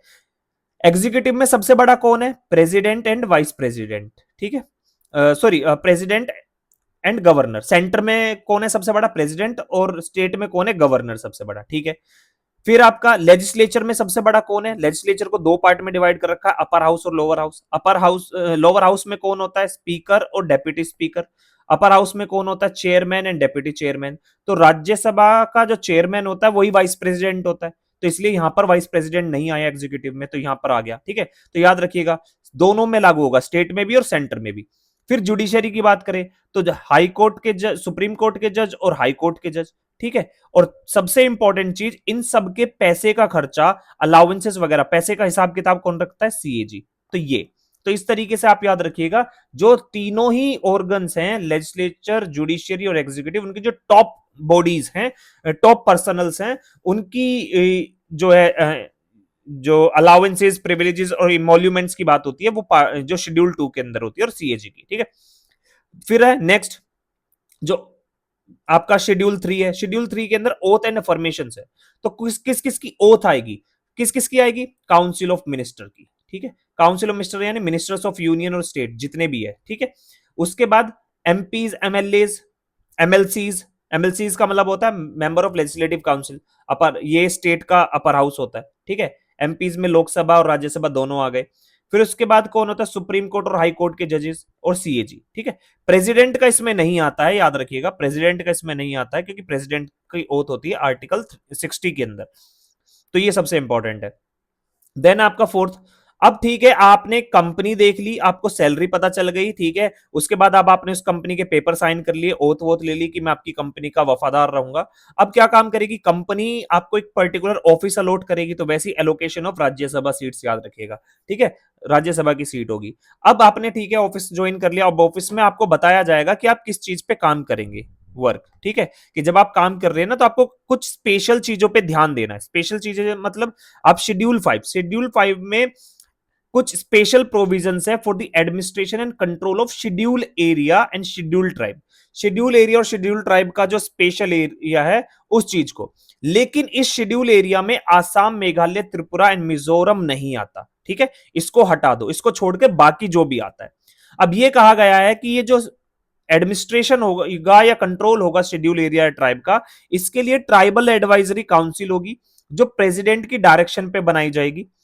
इसमें मैक्सिमम 20 मेंबर हो सकते हैं और इन 20 मेंबर में 3/4 रिप्रेजेंटेशन जो है वो एसटीज का होना चाहिए असेंबली का। ठीक है, now if less than required number then filled by other members of the tribe.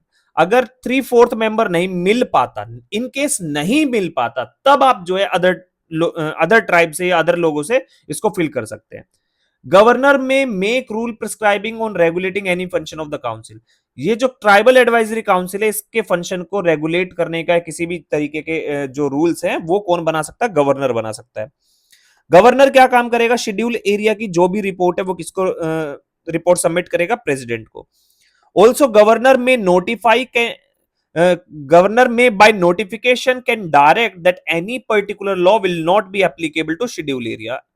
यानी कि अगर पार्लियामेंट ने कोई भी कानून बनाया है ना, या फिर स्टेट लेजिस्लेचर ने कोई भी कानून बनाया है, ठीक है, तो मान लीजिए यहां पर होगा क्या, यहां पर ही जो गवर्नर है उसके पास पावर है कि या तो बोल सकता है कि वो कानून उस शेड्यूल एरिया पे एप्लीकेबल नहीं होगा, या बोल सकता है कि इसको ये पर्टिकुलर चीज को अमेंड करो, या रिपील भी कर सकता है। ठीक है, तो याद रखिएगा।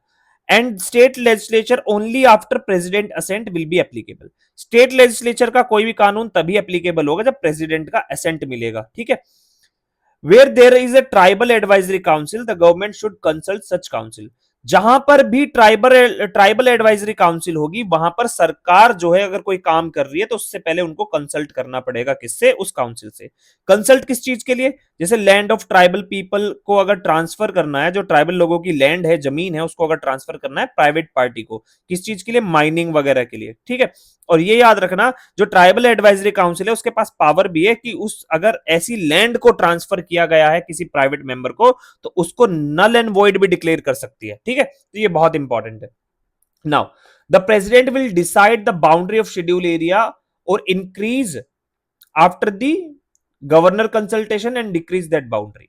अगर कोई भी ट्राइबल एरिया है, उसकी बाउंड्री को इंक्रीज डिक्रीज करने की पावर किसके पास है? प्रेसिडेंट के पास है। और उसमें वहां पर किससे कंसल्ट करना पड़ेगा? गवर्नर से कंसल्ट करना पड़ेगा। ठीक है, नाउ नेक्स्ट है शेड्यूल 6। शेड्यूल 6 किन के लिए आता है? शेड्यूल 6 आता है इनके लिए जिनको हमने छोड़ दिया था, असम, मेघालय, त्रिपुरा एंड मिजोरम। ठीक है, provisions relating to the administration and tribal area in the states of Assam, Meghalaya, Tripura and Mizoram. यहां पर गवर्नर को पावर दी गई है कि ये किसी भी एरिया का जो एरिया किसका? ऑटोनोमस डिस्ट्रिक्ट या ऑटोनोमस रीजन का एरिया इंक्रीज या डिक्रीज कर सकता है। यानी कि शेड्यूल 5 के अंदर तो ट्राइबल एडवाइजरी काउंसिल आएगी और शेड्यूल 6 के अंदर ऑटोनोमस डिस्ट्रिक्ट आएंगे। ठीक है, याद रखना, ऑटोनोमस रीजन या ऑटोनोमस डिस्ट्रिक्ट। और इसका जो एरिया है वो इंक्रीज या डिक्रीज करने की पावर किसके पास है? गवर्नर के पास। लेकिन ट्राइबल एडवाइजरी काउंसिल में किसके पास है? प्रेसिडेंट के पास। तो याद रखिएगा। नाउ ऑटोनोमस डिस्ट्रिक्ट काउंसिल में मैक्सिमम 30 मेंबर हो सकते हैं और उन 30 में से मैक्सिमम 4 नॉमिनेटेड हो सकते हैं गवर्नर के द्वारा। ठीक है, governor shall make rules for the first constitution of district और region in consultation with existing tribal council और द अदर रिप्रेजेंटेटिव ऑर्गेनाइजेशन। तो यहां पर कॉन्स्टिट्यूट कौन करेगा? जो पहली बार जो आपकी ये काउंसिल बनेगी, ऑटोनोमस डिस्ट्रिक्ट काउंसिल वगैरह बनेगी, ये किसके द्वारा की जाएगी? गवर्नर के द्वारा विद द कंसल्टेशन ऑफ वहां की जो भी ट्राइबल काउंसिल होगी उसके द्वारा। ठीक है, representative organisation within the autonomous district और रीजन फॉर इलेक्शन। ठीक है, और 5 साल का आपका जो होगा यहाँ पर टेन्योर होगा उस पोजीशन का, जो भी इलेक्शन होगा उस चीज को लेकर। ठीक है, और बाउंड्री वगैरह इन सब चीज के लिए, कहने का मतलब हर चीज के लिए कौन करेगा? वो गवर्नर कंसल्ट करेगा। ठीक है, if dissolve prior to tenure then nominated members hold office till pleasure of president. अगर यहां पर जो काउंसिल बनी है, ऑटोनोमस डिस्ट्रिक्ट की जो काउंसिल बनी है, यहां पर अगर ये डिसॉल्व हो जाती है पहले ही 5 साल का टेन्योर पूरा करे बिना, तो जो नॉमिनेटेड मेंबर होंगे वो प्लेजर ऑफ प्रेसिडेंट तक क्या काम करेंगे? उसको ऑफिस को होल्ड करेंगे। Governor can delay election if emergency और सच सिचुएशन ओकर। गवर्नर वहां पे इलेक्शन को डिले कर सकता है अगर कुछ इमरजेंसी आती है, बट 1 साल। ठीक है, याद रखिएगा। मैक्सिमम 1 साल तक, और 6 महीने के बाद जैसे इमरजेंसी खत्म होगी तो 6 महीने के बाद इलेक्शन कराने पड़ेंगे। Members elected to fill casual vacancy shall hold office for the remaining period. अगर मान लीजिए कि बीच में फॉर एग्जांपल एक काउंसिल का टाइम है 5 साल, 2 साल बाद कोई सीट खाली होगी और उस सीट को फिल किया है, तो जो नया मेंबर आएगा वो रिमेनिंग 3 साल के लिए रहेगा। ठीक है, ऐसा नहीं होगा कि उसको फ्रेश 5 ईयर मिलेंगे, तो वो चीज याद रखिएगा। नेक्स्ट है आपका शेड्यूल 7, वो आपका लिस्ट की बात करता है। जैसे यूनियन लिस्ट, अभी करंटली उसमें 100 सब्जेक्ट्स हैं, तो ओरिजिनली कितने थे, 97 थे। स्टेट लिस्ट में करंटली कितने हैं, 61 है, ओरिजिनली कितने थे, 66 थे। कॉन्करेंट लिस्ट में करंटली कितने हैं, 52, और ओरिजिनली कितने थे, 47 थे। तो याद रखिएगा, एजुकेशन को ट्रांसफर किया गया था कॉन्करेंट लिस्ट में 42nd कॉन्स्टिट्यूशनल अमेंडमेंट एक्ट 1976 में। और आर्टिकल 246 जो है वो डील करता है किससे, वो इसी से, सब्जेक्ट लिस्ट से, सब्जेक्ट मैटर से ही डील करता है। तो याद रखिएगा, बहुत इंपॉर्टेंट है। नाउ शेड्यूल 8 के अंदर टोटल 22 लैंग्वेजेस रिकॉग्नाइज की गई है कॉन्स्टिट्यूशन के द्वारा। उड़िया जो है वो उसको रीनेम किया गया था, किससे, उड़िया। ठीक है, Odia was renamed as Odia, किसके द्वारा, 96 कॉन्स्टिट्यूशनल अमेंडमेंट एक्ट 2011 के द्वारा। और ये याद रखिएगा, इंग्लिश जो है वो 22 लैंग्वेजेस में नहीं आती, यानी कि 8 शेड्यूल लैंग्वेज में नहीं आती। लैंग्वेज का आर्टिकल मैं आपको ऑलरेडी बता चुका हूं, पार्ट 17 के अंदर है। ठीक है, आर्टिकल 243 से लेकर 251 तक। नाउ अब क्या है, पार्ट 17 ही है ना, एक बार क्रॉस चेक कर लेते हैं। हाँ, ऑफिशियल लैंग्वेज पार्ट 17 है। ठीक है, पार्ट 17 याद रखिएगा। नाउ नेक्स्ट क्या है आपका, नेक्स्ट आता है आपका ये पार्ट 9। अब ये देखिए, ओरिजिनल कॉन्स्टिट्यूशन में 8 तक था, 9 तक नहीं था। अब क्या हुआ कि सबसे इंपॉर्टेंट चीज आपको समझनी पड़ेगी कि जैसे मैंने आपको बताया कि फंडामेंटल राइट्स और डीपीएसपी, ठीक है, फंडामेंटल राइट्स एंड डीपीएसपी, अगर डीपीएसपी को इंप्लीमेंट करेंगे तो फंडामेंटल राइट्स का वोलेशन होगा, और अगर फंडामेंटल राइट का वोलेशन होगा तो कोर्ट के पास पावर है कि किसी भी कानून को, फिर जो भी कानून फंडामेंटल राइट को वोलेट करेगा उसको नल एंड वॉइड डिक्लेयर कर सकते हैं। तो यहां पर ऐसी इशू आए ना आए, इस वजह से जब फर्स्ट कॉन्स्टिट्यूशनल अमेंडमेंट एक्ट किया गया 1951 में, तो जब इससे क्या किया गया था, लैंड रिफॉर्म्स किए गए थे। जब लैंड रिफॉर्म किया गया तो यहां पर क्या था, लैंड उस टाइम पर राइट टू प्रॉपर्टी जो था फंडामेंटल राइट था, और इस वजह से ताकि ये चैलेंज ना हो तो एक नया शेड्यूल डाला था, शेड्यूल 9। और यहां पर यह कहा गया था कि अगर कोई भी कानून शेड्यूल 9 के अंदर प्लेस कर दिया तो उस पर जुडिशियल रिव्यू नहीं हो सकता है, चाहे वो फंडामेंटल राइट को वोलेट कर रहा हो। तो याद रखिएगा कि ये आया कब था। लेकिन 2007 में सुप्रीम कोर्ट का एक जजमेंट आता है जिसको हम कहते हैं आईआर कोइलो केस। ठीक है, इस केस के अंदर सुप्रीम कोर्ट यह कहता है कि अगर कोई भी कानून 24 अप्रैल 1973 के बाद इस 9 शेड्यूल में प्लेस किया गया है तो उस पर जुडिशियल रिव्यू होगा। ऐसा नहीं है कि इस पर जुडिशियल रिव्यू नहीं होगा, और अगर वो कानून फिर किसी फंडामेंटल राइट को वॉयलेट कर रहा है तो उसको नल एंड वॉइड डिक्लेयर किया जा सकता है। अब सवाल यह आता है कि यही डेट क्यों फिक्स की गई, क्योंकि जो केशव नंद भारती केस का जजमेंट आया था ना, वो इसी डेट को आया था, बेसिक स्ट्रक्चर डॉक्ट्राइन का, तो इसलिए यह डेट फिक्स की गई है। नेक्स्ट आपका 10th शेड्यूल। 10th शेड्यूल आया था 52nd कॉन्स्टिट्यूशनल अमेंडमेंट एक्ट 1985 से। ठीक है, इसको एंटी डिफेक्शन लॉ कहा जाता है, और ये राजीव गांधी गवर्नमेंट के अंदर आया था। इसमें क्या है कि पॉलिटिकल पार्टी जो है, इससे पहले कॉन्स्टिट्यूशन में पॉलिटिकल पार्टी को रिकॉग्नाइज नहीं किया था, बट यहां पर पहली बार पॉलिटिकल पार्टी को कॉन्स्टिट्यूशनल दर्जा दिया गया था। ठीक है, कॉन्स्टिट्यूशनल जो पॉलिटिकल पार्टी है उसको एज ए कॉन्स्टिट्यूशनल राइट दिया गया था। ठीक है, नाउ इन 1967 ये आया क्यों था, इसको लाए क्यों गए, क्योंकि देखिए क्या होता है कि जब पहले इलेक्शन होते हैं, पहले जनरल इलेक्शन होते हैं 1952 में, फिर 1957, फिर 1962, और 1962 के बाद जब 1967 में इलेक्शन होते हैं, तो 1967 में इलेक्शन होने के बाद यह देखा जाता है कि जो कांग्रेस का डोमिनेंस था वो धीरे धीरे खत्म होने लगता है। जब कांग्रेस का डोमिनेंस खत्म होने लगता है तो यहां पर क्या देखने को मिलता है कि बहुत सारे कांग्रेस के ऐसे लीडर थे वो पार्टी चेंज करने लगते हैं। जीत मतलब इलेक्शन तो लड़ते कांग्रेस के टिकट पे है, बट जीतने के बाद वो पार्टी चेंज करने लगते हैं। तो 1967 में एक ऐसे ही एमएलए थे, गयालाल, उन्होंने एक ही दिन में 3 बार पार्टी चेंज कर ली थी। ठीक है, जिसके बाद एक कमेटी बनाई गई, पहली कमेटी बनाई गई थी वाईबी चौहान की लीडरशिप के अंदर। ठीक है, कि आप ये रिकमेंड कीजिए कि ऐसी चीजों को कैसे रोका जाए, तो यहीं से कॉन्सेप्ट आया था आयाराम और गयाराम का। लेकिन ये कभी इंप्लीमेंट नहीं होता। लेकिन जब राजीव गांधी की गवर्नमेंट आती है 1984 में, आने के बाद वो सबसे पहले, क्योंकि राजीव गांधी की गवर्नमेंट हिस्ट्री में ऐसी गवर्नमेंट रही है जिसमें लोकसभा में सबसे ज्यादा सीट किसी भी प्राइम मिनिस्टर को मिला था, वो इनके पास था। तो यहां पर उसका फायदा उठाते हुए वो क्या काम करते हैं 1985 में, ये एंटी डिफेक्शन लॉ ले आते हैं कि अगर आपने एक पार्टी के टिकट पे इलेक्शन लड़ा है तो आप फिर बाद में पार्टी चेंज नहीं कर सकते, आपकी मेंबरशिप चली जाएगी। जब ये एंटी डिफेक्शन लॉ को मैं डिटेल में पढ़ाऊंगा नेक्स्ट टाइम, ठीक है। फिर पार्ट 11 में पंचायत को लेके आए थे, 73rd कॉन्स्टिट्यूशनल अमेंडमेंट एक्ट 1992। इसके अंदर 29 सब्जेक्ट मैटर है, ये याद रखिएगा, 29 चीजों पे कानून बना सकता है पंचायत।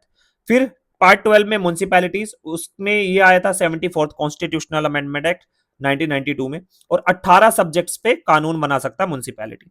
अब मैं बात करता हूं सीट्स की, लोकसभा और राज्यसभा में कितनी सीट है, देखिए उसके साथ साथ मैं एमएलए की भी सीट बताऊंगा आपको यहां पर, ठीक है। कानून, पार्लियामेंट, जो हमारा कॉन्स्टिट्यूशन है, कॉन्स्टिट्यूशन ये कहता है कि जो स्टेट असेंबली की सीट्स है ना, स्टेट असेंबली जो एमएलए होते हैं, कहने का मतलब ये, उसमें मैक्सिमम सीट आपकी 500 हो सकती है, 500 से ज्यादा नहीं हो सकती, और मिनिमम आपकी 60 होनी ही चाहिए, ठीक है। लेकिन कुछ एक्सेप्शंस है, जैसे गोवा, मिजोरम, सिक्किम एंड पुडुचेरी, यहां पर आपको 60 से कम मिलेगा। तो अगर आपका ऑप्शन आता है कि ठीक है कि कहीं पर भी किसी भी स्टेट में 60 से कम नहीं हो सकती, ये गलत हो जाएगा। क्यों? क्योंकि 4 स्टेट्स का यहां पर एक्सेप्शन आपको देखने को मिलेगा, 3 स्टेट है, एक यूटी है, ठीक है, उसका एक्सेप्शन आपको देखने को मिलेगा। दूसरी चीज ये है कि जो काउंसिल है, लेजिस्लेटिव काउंसिल है, जिसको हम एमएलसी कहते हैं, यहां पर आपका जो टोटल असेंबली है, असेंबली का जो मैक्सिमम स्ट्रेंथ है, उसका 1/3 होना चाहिए, ठीक है। 1/3 से ज्यादा नहीं हो सकता। मान लीजिए कहीं पर 300 है असेंबली, तो वहां पे 100 से ज्यादा एमएलसी नहीं हो सकते, ठीक है, तो ये याद रखिएगा। लेकिन मिनिमम एमएलसी कितने होने चाहिए? 40 होने चाहिए, ठीक है। मिनिमम एमएलसी कितने होने चाहिए? 40 होने चाहिए। ये नंबर याद रखिएगा क्योंकि बहुत इंपॉर्टेंट है। अब आपको ना सीट्स याद रखनी पड़ेगी कुछ मेजर स्टेट्स की, जैसे जम्मू एंड कश्मीर की लोकसभा की 5 सीट है, राज्यसभा की 4 है, उनके जो एमएलए है 90 है, एमएलसी वहां पर है ही नहीं, ठीक है। और जो वोट ऑफ एमएलए है वो कितनी है? 72। ये काम आती है जब इलेक्शंस होते हैं प्रेसिडेंट वगैरह के, तब काम आता है ये वैल्यू ऑफ एमएलए की, वैल्यू जो होती है वोट की वहां पर। याद रखिएगा, एमपी जो होता है लोकसभा का, उसकी वोट की पावर बराबर होती है एमपी जो राज्यसभा का होता है, इक्वल होती है। लेकिन एमपी की वोट इक्वल नहीं होती किसके? एमएलए के। एमएलए की कम पावर होती है कंपेयर टू एमपी, ठीक है, तो ये डिफरेंस याद रखिएगा। नाउ अब हिमाचल का भी याद रखिएगा, तो मेजर मेजर ही आप याद रखिएगा, यहां से नोट कर सकते हैं आप, मैंने सारा डेटा लिखा है। जो भी यूपी पीसीएस का एग्जाम दे रहा है उसके लिए स्पेशल डेटा है, यूपी पीसीएस का जो एग्जाम देगा। उत्तर प्रदेश के अंदर टोटल लोकसभा की सीट 80 है, जिसमें जनरल जो है वो आपका 63 है, एससी 17 है, एसटी की 0 सीट है, तो ये डेटा याद रखिएगा। जो राज्यसभा में कॉन्ट्रीब्यूशन सीट्स है वो 31 है। स्टेट की मैं बात करूं एमएलए की, तो 403 एमएलए है, और एमएलसी की मैं बात करूं तो टोटल 100 एमएलसी है, ठीक है। तो ये बहुत ही इंपॉर्टेंट डेटा है, याद रखिएगा। नाउ मैं आपको मेजर बता देता हूं। गोवा मैंने आपको ऑलरेडी बताया, गोवा में एमएलए की पोजीशन बहुत कम है, 40 है गोवा में, तो याद रखिएगा कितने नंबर है। उसके बाद सिक्किम में 32 है, उसके बाद मिजोरम में 40 है, पुडुचेरी में 30 है। ये डेटा याद रखिएगा, बहुत इंपॉर्टेंट डेटा है। आपसे ये भी पूछ लेगा कि कौन सी जगह से एमपी जो है वो राज्यसभा में नहीं है, तो अंडमान निकोबार से नहीं है, लक्षद्वीप से नहीं है, ठीक है, इसको छोड़ के दादर नगर हवेली से नहीं है, फिर आपका चंडीगढ़ से नहीं है राज्यसभा में, लद्दाख से नहीं है, बाकी सब जगह से है। तो आप ये भी डेटा याद रखिएगा। ये सब सारा डेटा यहाँ पे मैंने आपको दिया हुआ है जो बहुत ज्यादा इंपॉर्टेंट है, ये सब डेटा आप देख लीजिएगा, ठीक है, पॉज करके नोट कर सकते हैं। नाउ अब बात करते हैं सोर्सेज, कहां से क्या चीज बोरो की गई है। देखिए गवर्नमेंट ऑफ इंडिया एक्ट जो है वो एक तरीके का बेस है, ये मेजर फाउंडेशन है, इसी से ही हमने नया कॉन्स्टिट्यूशन बनाया था, इसमें बहुत सारी चीजें ऐड करके, जैसे फेडरल स्कीम यहां से ली, office of governor, judiciary, public service commission, emergency provision, administrative detail, सब कहां से लिए? ये सब गवर्नमेंट ऑफ इंडिया 1935 से लिए। ब्रिटिश कॉन्स्टिट्यूशन से क्या लिया? Parliamentary form of government, rule of law, legislative procedure, यानी कि जो भी कानून बनाने के तरीके हैं वो सब यहां से लिए हैं। सिंगल सिटीजनशिप का concept, cabinet system, prerogative writs, जो 5 रिट्स है ना आर्टिकल 32 के अंदर, जब फंडामेंटल राइट्स पढ़ोगे आपको पता चल जाएगा, उनको कहते हैं प्रोरोगेटिव रिट्स, जो ब्रिटिश कॉन्स्टिट्यूशन, जो ब्रिटेन में है, ठीक है। फिर पार्लियामेंट्री प्रिविलेजेस, बाइकैमरलिज्म जो है वो यहां से लिया है, और एफपीटीपी, फर्स्ट पास दी पोस्ट सिस्टम, ठीक है, ये भी मैं आपको आगे एक्सप्लेन करूंगा क्या होता है। फिर यूएस कॉन्स्टिट्यूशन से फंडामेंटल राइट्स लिए हैं, independence of judiciary, judicial review, impeachment of president, removal of supreme court and high court judges, post of vice president, preamble, federal structure, electoral college, then president as commander in chief of arm forces, ये US constitution से लिया है। Irish से क्या लिया है, DPSP, nomination of members of Rajya Sabha, methods of election of president. Canadian constitution से लिया हमने federation with strong centre, vesting of residuary power in the centre, appointment of state governors by the centre, and the advisory jurisdiction of the supreme court, ठीक है। Then Australia से क्या लिया है, concurrent list, freedom of trade, commerce and intercourse, and joint sitting of the two house of the parliament. ये सब मैं आपको आगे बताऊंगा, सब पता चल जाएगा आपको। फिर आपका ये जो है वेमर कॉन्स्टिट्यूशन ऑफ जर्मनी, उससे लिया है suspension of fundamental rights during emergency, जब इमरजेंसी लगे तो फंडामेंटल राइट्स को सस्पेंड कर सकते हैं।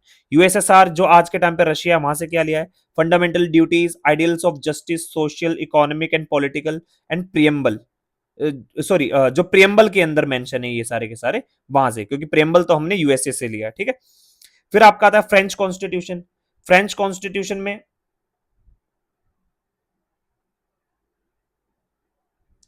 कॉन्स्टिट्यूशन में हमने लिया Republic and the ideals of liberty, equality and fraternity in the preamble, ठीक है। साउथ अफ्रीका से लिया हमने procedure for amendment of the constitution and election of the members of the Rajya Sabha. Japanese constitution से लिया प्रोसीजर स्टेब्लिश बाय लॉ। तो ये सारे के सारे हमने रिसोर्सेज जो है वहां से अडॉप्ट किए। नाउ कुछ और चीजें मैं बता देता हूं, ये जो कोऑपरेटिव सोसाइटीज है ना, जो हमने 97 कॉन्स्टिट्यूशनल अमेंडमेंट एक्ट 2011 से डाला है, ये पार्ट 9B आर्टिकल जो है, ये आर्टिकल है 19 क्लोज 1 सब क्लोज सी, और आपको आर्टिकल 43B, यानी कि ये डीपीएसपी का आर्टिकल है, ठीक है, ये फंडामेंटल राइट्स का आर्टिकल है, और ये पार्ट है, ठीक है, ये याद रखिएगा। फिर अगर हम बात करें कोऑपरेटिव सोसाइटी में, तो मैक्सिमम नंबर ऑफ डायरेक्टर्स कितने हो सकते हैं, 21। सीट्स की अगर मैं बात करूं तो एक या तो एससी हो या एसटी हो, इन दोनों में से कोई भी हो सकता है, लेकिन 2 वुमेन होनी चाहिए इन 21 में से। एंड कोऑप्टेड मेंबर्स जो है वो मैक्सिमम 2 हो सकते हैं, ठीक है, विद मैक्सिमम 21 डायरेक्टर्स। ये जो 21 डायरेक्टर है ना, इसमें से 2 जो है वो क्या होने चाहिए, कोऑप्टेड मेंबर हो सकते हैं, ठीक है। नाउ टेन्योर की मैं बात करूं, 5 साल का टेन्योर होता है, और कोऑपरेटिव सोसाइटी का जो इलेक्शन है वो स्टेट लेजिस्लेचर डिसाइड करती है कि कब और कैसे कराना है, ठीक है, तो वो याद रखिएगा, बहुत इंपॉर्टेंट है। कोऑपरेटिव सोसाइटी का इलेक्शन जो है वो स्टेट इलेक्शन कमीशन के अंदर मेंशन नहीं किया गया है, वहां पर सिर्फ पंचायत और म्युनिसिपैलिटी का मेंशन है। Now a union of state जो है हमारे इंडियन कॉन्स्टिट्यूशन में article 1, that India that is Bharat shall be a union of state, ये जो यूनियन ऑफ स्टेट वर्ड है ये कहां से अडॉप्ट किया है, ये जो the British north American act है 1867, जो बेसिकली कनाडा का था, यहां से हमने अडॉप्ट किया है, याद रखिएगा। नाउ जुडिशियल रिव्यू जो होता है वो लिमिटेड होता है, ठीक है। केशवनंद भारती केस में ये कहा गया था जो जुडिशियल रिव्यू है वो लिमिटेड है, अनलिमिटेड नहीं है, वरना ऐसे तो फिर जुडिशियरी इंक्रोच करने लगेगी पार्लियामेंट्री पावर को, लेजिस्लेटिव पावर को, ठीक है। दुनिया का पहला रिटन कॉन्स्टिट्यूशन किस कहा था, अमेरिका के अंदर था, और इसको लिखा किसने था, जेम्स मेडिसन ने, ठीक है। James Madison was the first person जिन्होंने ये कॉन्स्टिट्यूशन लिखा था, तो ये याद रखिएगा। तो यहां पे हमारा ये वाला पूरा टॉपिक कंप्लीट होता है। आपको कोई भी डाउट है तो आप कमेंट बॉक्स में मुझे बता सकते हैं। मैंने ये जो डेटा आपको दिया है ना, याद रखिएगा, इस डेटा से बाहर आपको पेपर में कुछ नहीं मिलेगा, बहुत ही, चाहे वो आप स्टेट पीसीएस की तैयारी कर रहे हैं, चाहे आप नेट जेआरएफ की तैयारी कर रहे हैं, चाहे आप यूपीएससी की तैयारी कर रहे हैं, ये बहुत ही मैंने स्टडी करके बहुत सारे रिसोर्सेज यूज करके सारा डेटा निकाला है। तो इसको फॉलो जरूर कीजिएगा। वीडियो अच्छी लगे वीडियो को लाइक कीजिएगा, शेयर कीजिएगा, चैनल को सब्सक्राइब कीजिएगा। Thank you.